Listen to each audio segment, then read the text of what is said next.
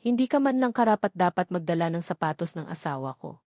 Kung hindi lang niya gustong papasukin ito para sirain ang kanilang usapan, tatama rin siyang makipag-usap pa sa maisakit na lalaking ito. Hindi ka na nga marunong tumanaw ng utang na loob, nanlalait ka pa. Sabi niya at tumalikod na parang labis na nasaktan. Bastos na babaeng hindi tinatablan. Gusyuan, bakit ang swerte mo? Iniwan mo na ang 3 malalaking pamilya, mayroon ka pang ganito kagaling na babae. Ang tumalikod na si Lize Feng ay madilim ang mukha habang nagmumura. Akala ni Gusyuan ay walang nakakita sa kanyang pagbabago ng mukha, ngunit hindi niya alam na malinaw itong nakikita sa salamin. Isang malamig na boses ang narinig ni Wenshu mula sa kanyang likuran.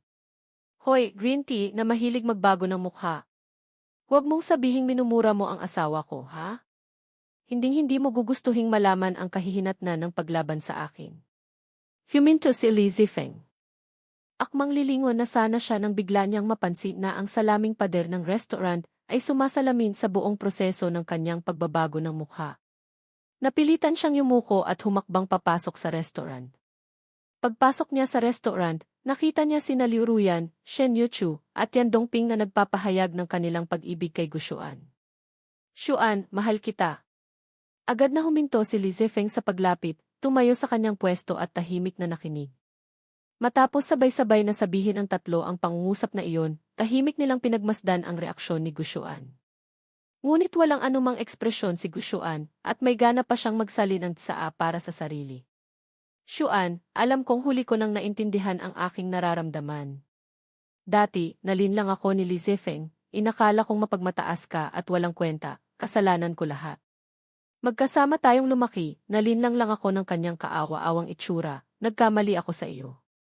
Sabi niya at kinuha mula sa kanyang bulsa ang isang pearl-studded phone chain, itinaas ito sa harap ni Gusyuan. Shuan, alam kong nasaktan kita noon. Galit ka. Tingnan mo, ang phone chain na itinapon mo, gumawa ako ng bago para sa iyo. Huwag ka nang magalit, sige na. Sumama ka na sa akin pabalik. Magsimula tayo ulit. Shuan, alam ko na rin ang pagkakamali ko. Hinintay ni Shen Yuchu na matapos si Liu Ruyan, agad din siyang kumuha ng gemstone bracelet mula sa kanyang bulsa at itinaas ito sa harap ni Gusyuan. Tingnan mo, ang gemstone bracelet na itinapon mo, pinalitan ko ng mas maganda. Ikaw ang palaging munting prinsipe ko. Sumama ka na sa akin pabalik. Agad na kumuha si Yan Dongping ng isang picture frame mula sa kanyang bulsa.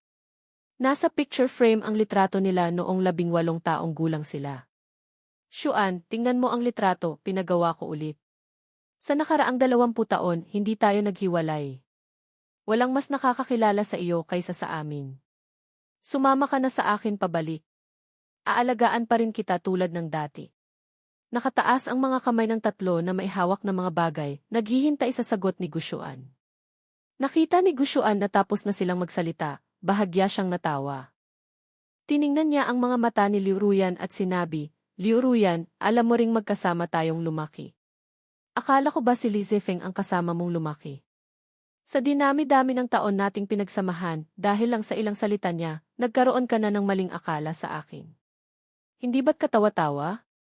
Sabi niya at kinuha ang pearl phone chain, basta na lang itinapon sa sahig. Dahil sa bigat, agad na naputol ang tali. Ang bilog at makintab na mga perlas ay gumulong sa iba't ibang direksyon. Shen Yuchu, hindi ka ba nahihiya sa sinasabi mo? Dati, tayong 4 ay sabay na nag-camping. Magdamag kang nagmaneho para ihatid silang 2 pabalik, iniwan mo akong mag-isa sa camping site. Wala kang pakialam kung natatakot ako o hindi, dinala mo pa ang sasakyan. Iyan ba ang tinatawag mong munting prinsipe? Kinuha niya ang gemstone bracelet at malakas na ibinato sa sahig. Ang basag na mga hiyas, tulad ng kanilang relasyon, ay nagkawatak-watak. Ang matutulis na piraso ay tumama sa kanilang mga binti. Kahit may tela ng damit, malalim pa rin itong bumaon sa laman. At ikaw, Yan Dongting, naaalala mo pa ba noong itinulak mo ako para kay Lize Feng, kaya ako nasugatan? Sa tingin ko, napakamalas ko talagang nakilala kita sa loob ng maraming taon.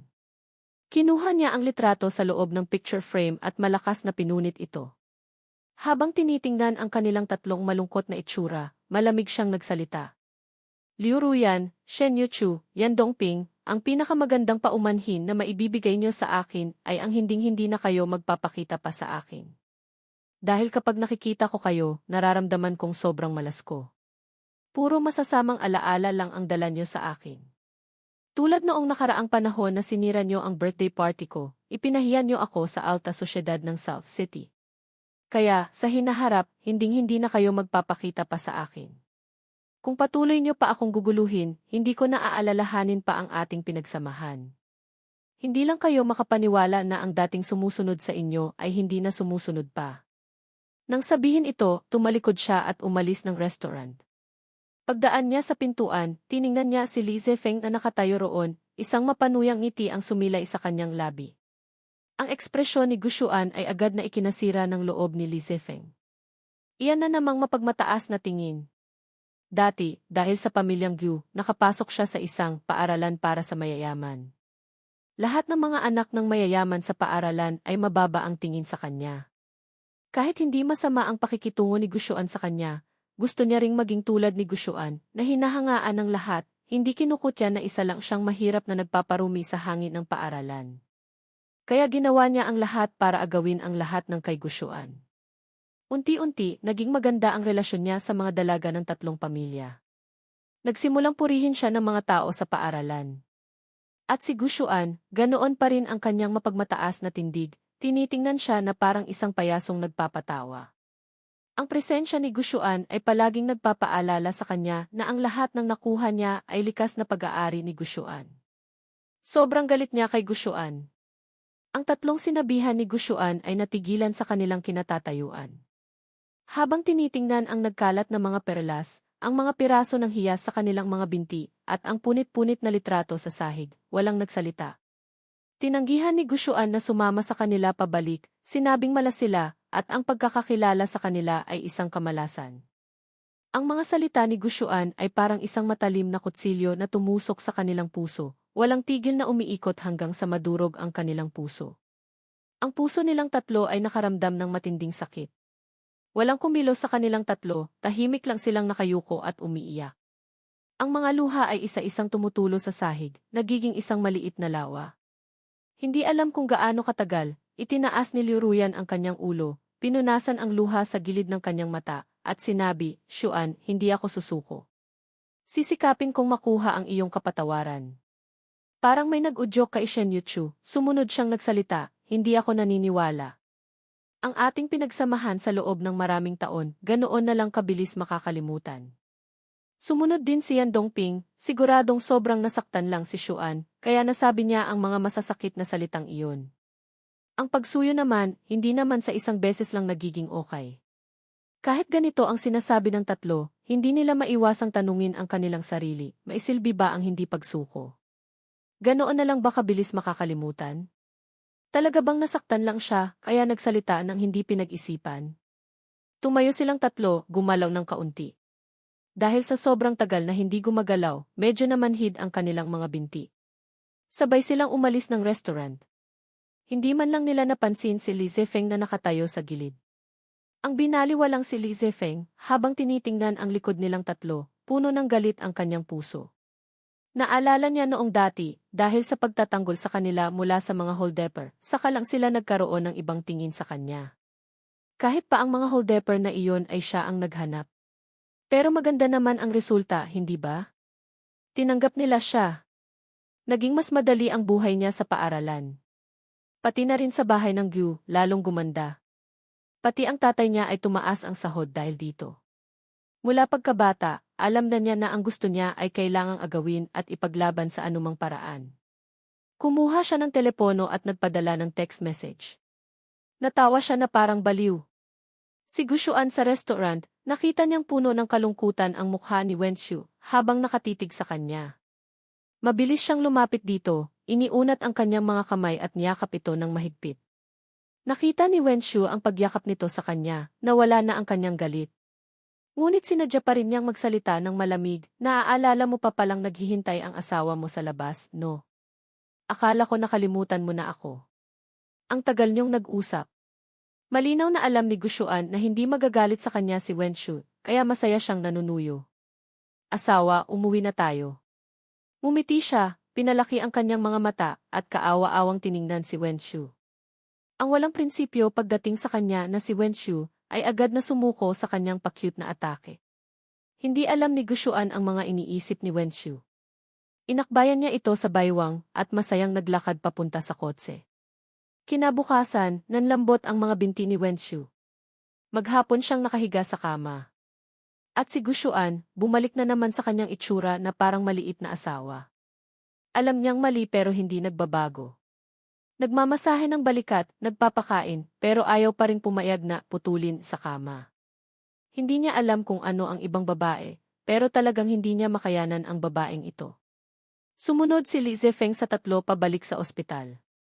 Habang tinitingnan ang tatlong patuloy na nakahiga sa kama, ngumiti siya at pumasok sa kwarto. Ruyan, Yuchu, Dongping, dinalhan ko kayo ng hapunan. Tingnan niyo kung gusto niyo. Ang masiglang boses ay hindi nagpagalaw sa tatlo. Sandaling nanigas si Li Zefeng, ngunit hindi niya ipinakita. Kahit walang pumapansin sa kanya, nagpatuloy pa rin siya sa pag-aayos ng pagkain. Pagkatapos niyang ayusin, isa-isa niya silang hinila para kumain. Ang tatlong hindi kumain buong araw, sa wakas ay bumangon para kumain. Si Li Zefeng ay parang isang katulong na nagsisilbi sa kanila ng pagkain. Pagkatapos kumain ng tatlo, habang tinitingnan ang abalang si Li Zefeng, iniisip nilang lahat na sana si Xuan na lang iyon. Nang matapos si Li Zefeng, nagsalita sila. Sa mga nakaraang araw, naabala ka namin. Ano ang gusto mo? Kahit ano, ibibigay namin sa iyo. Nang marinig ito ni Li Zefeng, ano pa ang hindi niya maintindihan? Desidido na silang putulin ang ugnayan sa kanya.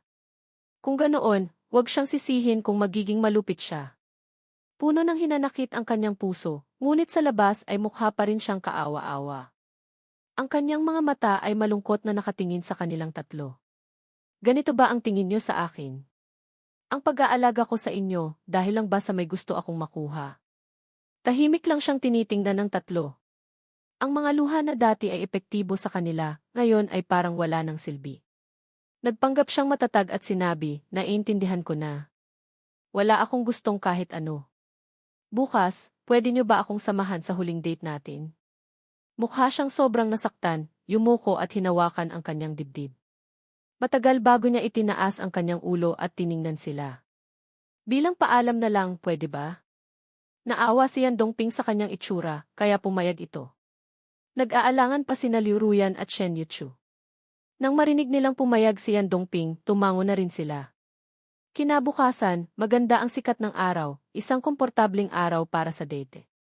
Nakasuot si Li Zefeng ng puting sweatshirt, may suot na baseball cap, at maayos ang kanyang buhok. Ang tatlo naman ay simpleng nagpalit lang ng damit. Medyo hindi masaya si Li Zefeng sa kanilang suot, ngunit nang maisip niya ang mangyayari mamaya, tinamad na siyang makipagtalo pa sa kanila. Umalis silang apat. Sa buong biyahe, boses lang ni Li Zefeng ang naririnig. Paminsan-minsan ay sumasang-ayon si Yan Dongping. Ang dalawa pa ay tahimik lang. Kahit paano pa subukang buhayin ni Li Zefeng ang usapan, hindi sila natitinag. Sa huli, natahimik na rin siya. Nang maalala niya ang dati nilang mga date, at ikumpara sa ngayon, ang pagkakaiba ay halos hindi na makayanan ni Li Zefeng ang kanyang ekspresyon. Paminsan-minsan ay lumalabas ang pangit niyang itsura, ngunit ang tatlo ay parang wala sa sarili, hindi nila ito napansin. Pagdating sa destinasyon, sinimulan na ni Li Zefeng na dalhin sila papunta sa isang kanto. Pagdating doon, palingalinga siya.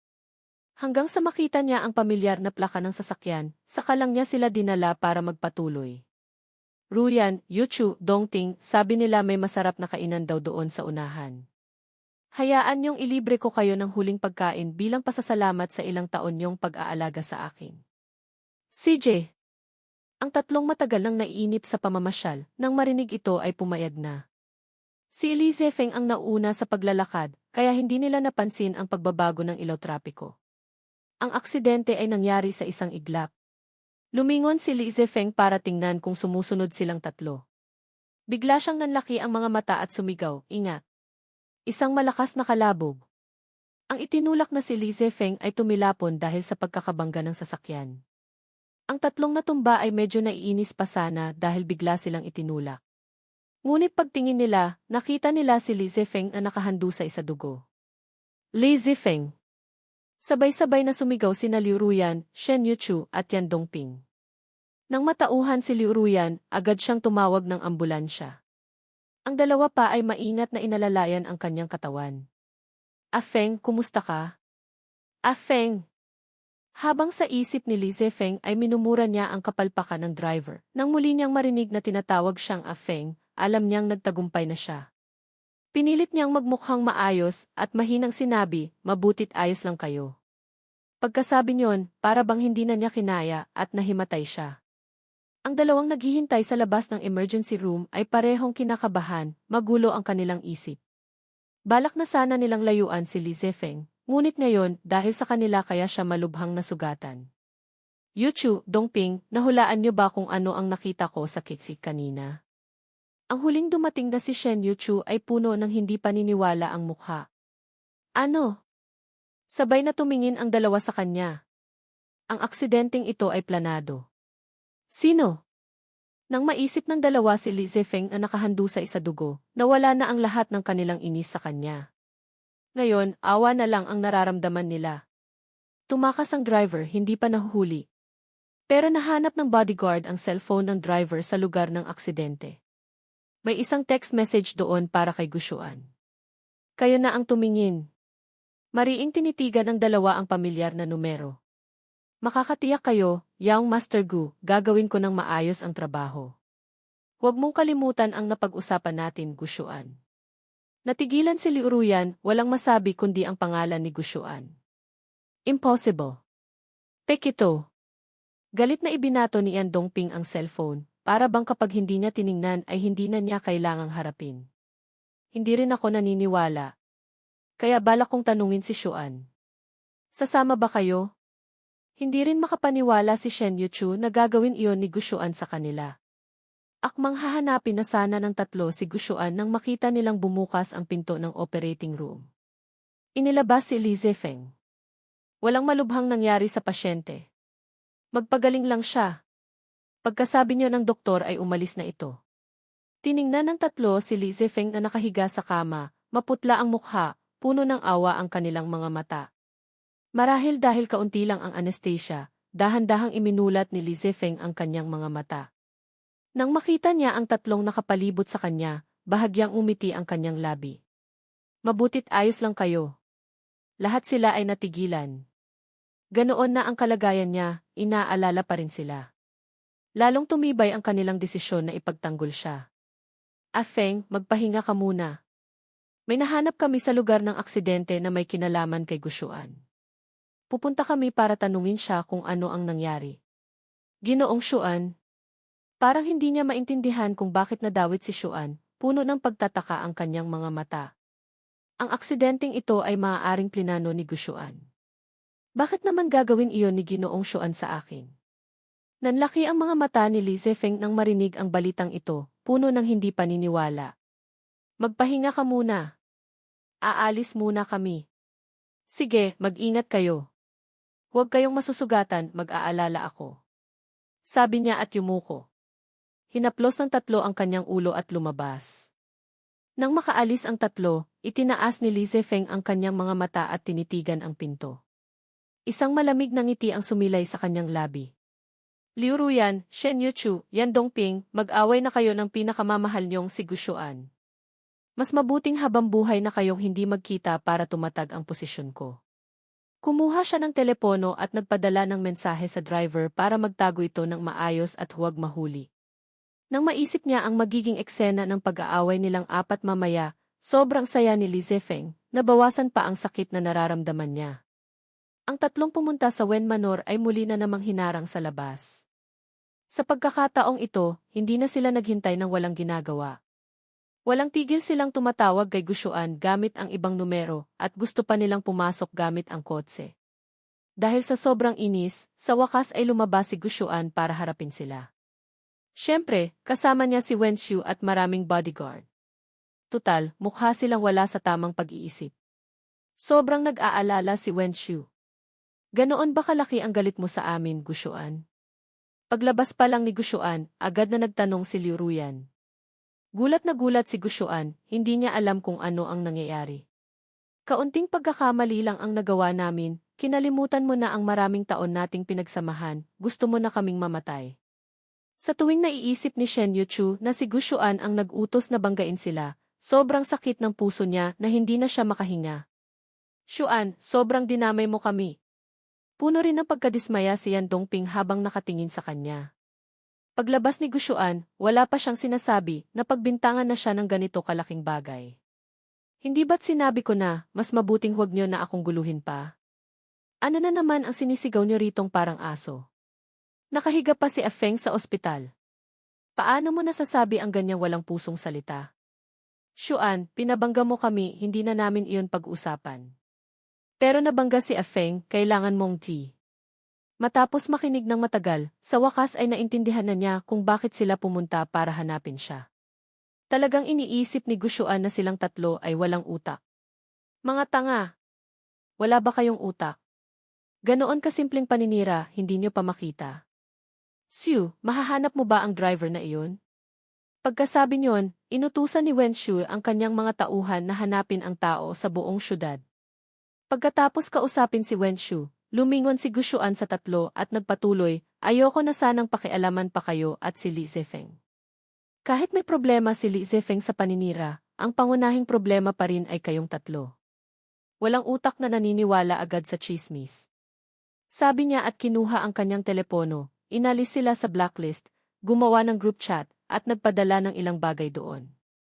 Pagkatapos, umalis siya sa group chat at muli silang blinok. Tingnan niyong mabuti kung ano ang ginawa ng mabuti niyong si Afeng. Nang marinig ng tatlo ang walang tigil na tunog ng mensahe mula sa kanilang mga telepono, binuksan nila ito. Habang binabasa nila, lalong pumapangit ang kanilang mga mukha. Lahat ay CCTV footage mula sa bahay ng Gyu. Kapag napansin ni Li Zifeng na darating sila, magpapatihulog siya sa harap ni Gushuan para masugatan. Pagkatapos nilang tulungan, magsasabi siya ng mga bagay na hindi malinaw. At sila, parang walang utak na sinisisi si Gushuan, hindi nakikinig sa kanyang paliwanag at pinagtatanggol si Li Zifeng.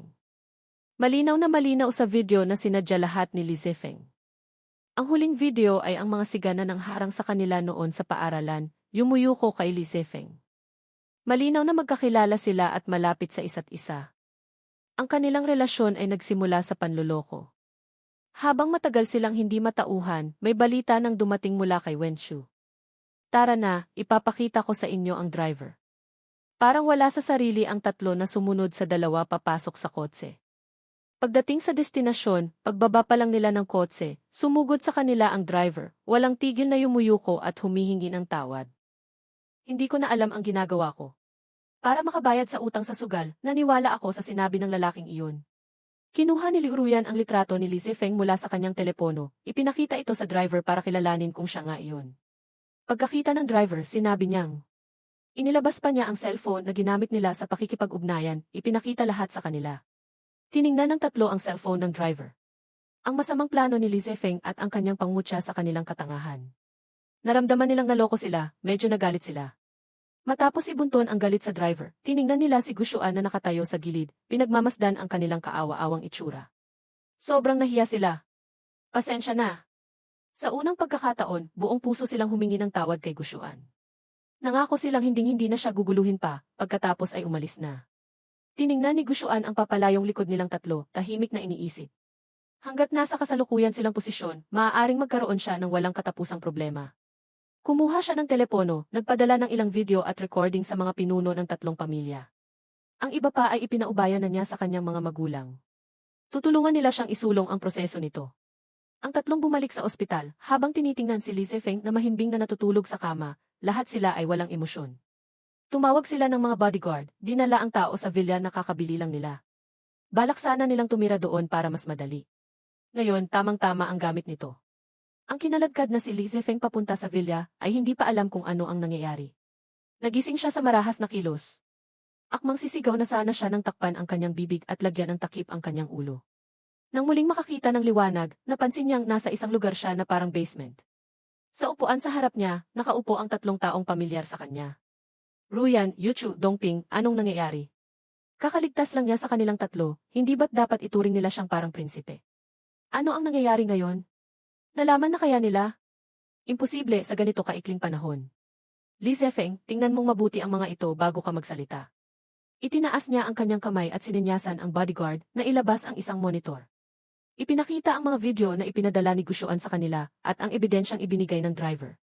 Pagkatapos panoorin ni Li Zefeng ang mga ito, alam niyang wala ng silbi ang anumang sasabihin niya. Kaya sinubukan na lang niyang gamitin ang luha para makakuha ng kaunting awa mula sa kanila. Ngunit matagal ang hindi tinatablan ng luha niya ang tatlo. Kahit gaano pa karaming luha ng buhaya ang tumulo, hindi nito maitatago ang kanyang kasamaan. Li Zefeng, hindi ba't gusto mong magkaroon ng mga ganitong maliliit na sugat para makuha ang aming awa? Mula ngayon, palagi mong mararanasan ang mga maliliit na sugat na ito. Masaya ka ba? Sinasapatan namin ang iyong kakaibang hilig. Hindi ba't gusto mong tumira sa villa? Mula ngayon, dito ka na sa villa na ito titira habang buhay. Habang pinapakinggan ang kanilang mga salitang puno ng masamang hangarin at tinitingnan ang kanilang mga ngiting parang maisakit, sa unang pagkakataon ay nakaramdam ng takot si Li Zefeng. Hindi niya dapat sila kinalaban. Parang awan niyo na, pakawalan niyo na ako.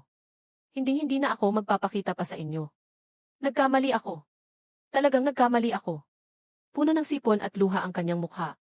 Sa sandaling ito, wala na siyang pakialam kung gwapo pa siyang umiyak o hindi. Gusto niya ang villa, ngunit naiisip niya kung gaano ka-impyerno ang magiging buhay niya sa villa na ito. Ang tatlong diretsong umalis ay walang pakialam kung talagang nagsisisi na si Li Zefeng o gusto pa rin silang lokohin. Hindi na mahalaga. Hindi na siya makakalabas pa sa villa na ito. Ang tatlong pagod ay sumakay ng eroplano pabalik sa South City. Hindi na sila nangahas pang hanapin si Gushuan. Sobrang laki na ng pinsalang nagawa nila sa kanya. Ngunit pagka-uwi pa lang ng tatlo, sinalubong sila ng isang napakasamang balita. Nawala sa kanila ang posisyon bilang tagapagmana at inalis na sila sa pamilya. Ikinulong ng tatlong pamilya ang tatlo sa isang sanatorium. Mas masahol pa ang kalagayan nila kaysa kay Li Zefeng. Matapos tuluyang mawala si Gushuan, sumuko na rin sa kanila ang pamilya at naghanap na ng ibang papalit. Hindi nila kinaya ang lahat ng ito, matapos sumuka ng dugo ay nahimatay sila. Ang tatlong nahimatay ay parabang sabay-sabay na nanaginip ng parehong panaginip. Sa pananaw ng ikatlong tao, napanood nila ang buong buhay ni Gushuan noong nakaraang buhay. Makalipas ang 2 buwan, ang tatlong nagising ay parang nawala ng kaluluwa. Ang tatlong dati ay naghahanap pa ng paraan para makuha ang kapatawaran ng pamilya, biglang nawala ng sigla. Agad silang tumanda ng 10 taon. Sa murang edad pa lang ay puno na ng puting buhok. Matapos manirahan sa sanatorium sa loob ng 1 taon, sa isang ordinaryong hapon, silang tatlo ay sumulat ng isang liham ng paumanhin para kay Gushuan. Ginamit nila ang kumot para magbigti sa banyo. Nang matagpuan sila ng tagapag-alaga, matigas na ang tatlo. At ang liham ng paumanhin na iyon, sa huli ay hindi nakarating kay Gushuan. Kinuha ito ng isang tagalinis na hindi gaanong marunong bumasa at itinapon bilang basura. Nang malaman ni Gushuan ang tungkol sa kanilang pagkamatay, nailibing na silang tatlo. Mula noong huli silang umalis, hindi na niya sila nakita pa. Itinuring na lang niya silang mga estranghero. Pinuto ni Gushuan ang usapan sa kabilang linya. Nagbigay siya ng isang magandang balita. Ma, buntis ang asawa ko. Ang mga magulang sa kabilang linya ng telepono ay agad na naakit sa sanggol sa tiyan ni Wenshu. Nag-usap sila ni Gufu na ayusin agad ang mga bagay sa kumpanya para makapunta sa North City at dalawin ang kanilang anak at manugang. Matapos magtakda ng oras, ibinaba ni Gushuan ang telepono at huminga ng maluwag. Isinantabi na niya ang kanilang mga bagay. Asawa, halika tikman mo itong bagong luto ko. Narinig mula sa kusina ang boses ni Wenshu. Papunta na.